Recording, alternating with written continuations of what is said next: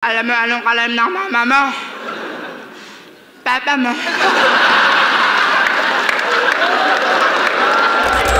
One of the best joker ngayon sa Flip Top o kahit sa ibang liga, si Jonas. Talagang epektibo yung nabuo niyang karakter at bumagay mismo sa personality niya. Natural na kasi sa kanya yung magpatawa o bumitaw ng mga funny punchline. Minsan nga kahit hurado lang siya sa isang laban ay nakakapagpasaya pa rin siya ng mga nanonood. Bali per round 1 tsaka round 2 kay Romano yun. Tapos round 3 kay third kasi third. Oh, pulul.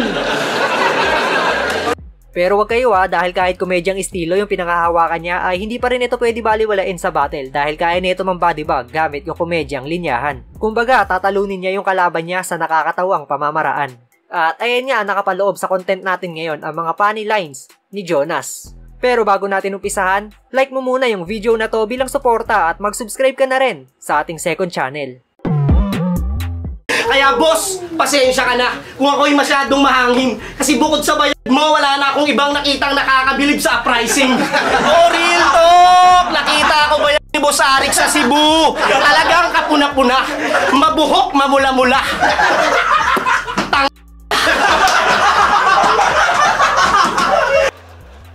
Kasi paano ba to nanalo kay Tito Badang? Eh, yung mga linya nun, konkreto. Luto yung panalo mo, kitang-kita kahit sa mento. Masyado ka kasing mapangusga, wala ka ng sino? Mapangusga ng tao, tipikal na pili, Pino. Kaya dapat sa mga katulad mo, sipa.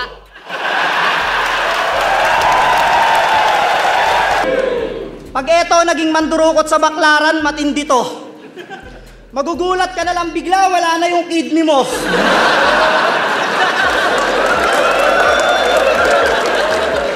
Ang pangit mo siguro kabanding.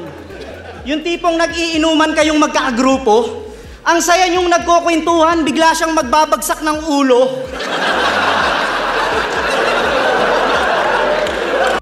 Siguro karamihan sa atin ay pasok sa top 5 joker si Jonas. Bakit nga naman hindi, diba? Napakakwela neto kapag sumasampa na ng entablado. Lalo na kapag nakuha niya yung momentum sa laro, sigurado sasakit yung tiyan natin sa kakatawa. Inangasan ako ng motor nito.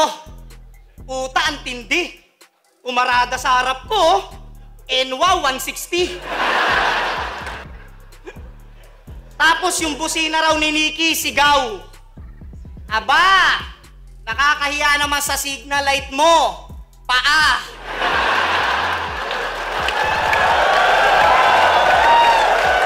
Niyaya na to dati ni Apok mag-gym, kaso nga lang to, sablay. Habang nagbubuhat siya ng dumbbell, may burger siya sa kamay. Sinubukan na rin niyang mag-jogging.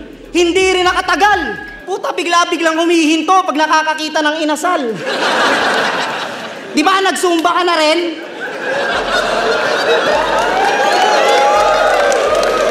Tapos di naging effective. Putang inan to, sa kada 8 counts umiinom ng soft drinks. Good ng palpak, tila na sadlak. Kung ako ang tatay mo, ipapangalan ko sa'yo.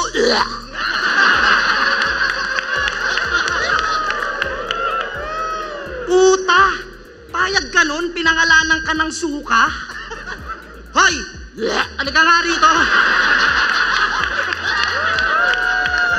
Pero change topic. Sabi niya sa laban niya kay K-Ram, nakakatampo lang kasi. Representa ako ng representa ng Iloilo, di naman ako kilala ng mayor natin. Tampo yard. Deserve. Umayos ka nga. Anong gusto mo? Unahin ni Mayor Battle mo kaysa mga binabaha? Ako nga hindi rin ako kilala ng mayor namin. Pero okay lang yun. Iniisip ko na lang palagi, hindi ako taga-ron. Minsan kapag nakalimot ng linya si Jonas o di kaya hindi niya natapos yung sulat ay nagpi-freestyle na lamang ito. Pero kahit na ganun, nakukuha pa rin niya yung kilitin ng mga tao at nagagawa pa rin niya itong mapasaya. Kaya asahan natin na kapag nasa lineup si Jonas ay paniguradong sulit ang ticket. Tapos kung makapagkwento kay Ninong Benji with action pa talaga, may nagalaw daw siya nung Valentine's Day, savings niya pala.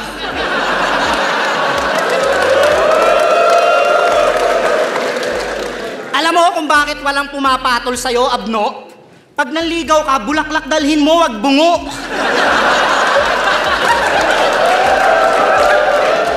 Kampiyon ka ng tryouts. Lagi mong pinagmamalaki.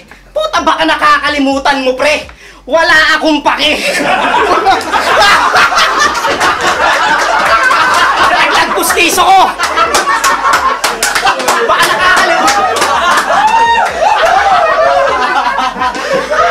Baka nalaglag pustiso ko, kakagawa lang kasi.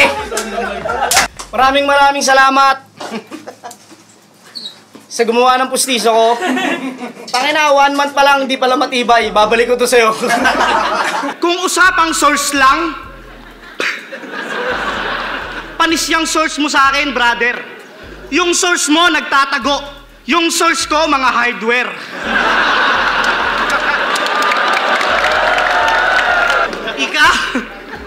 Ikaw, shabu ka ng shabu, nagagalit na yung mga tropa mo, lintik. Samantalang ako, kahit rugby ng rugby, ang dami pa rin tropang dikit. Mama mo, hindi ka alam na mama mo. Alam mo, sino inaasar ko dito? Mama mo. Hindi ako galit sa'yo. Galit lang ako sa mama mo. Alam mo anong kalam ng mama mo? Papa mo.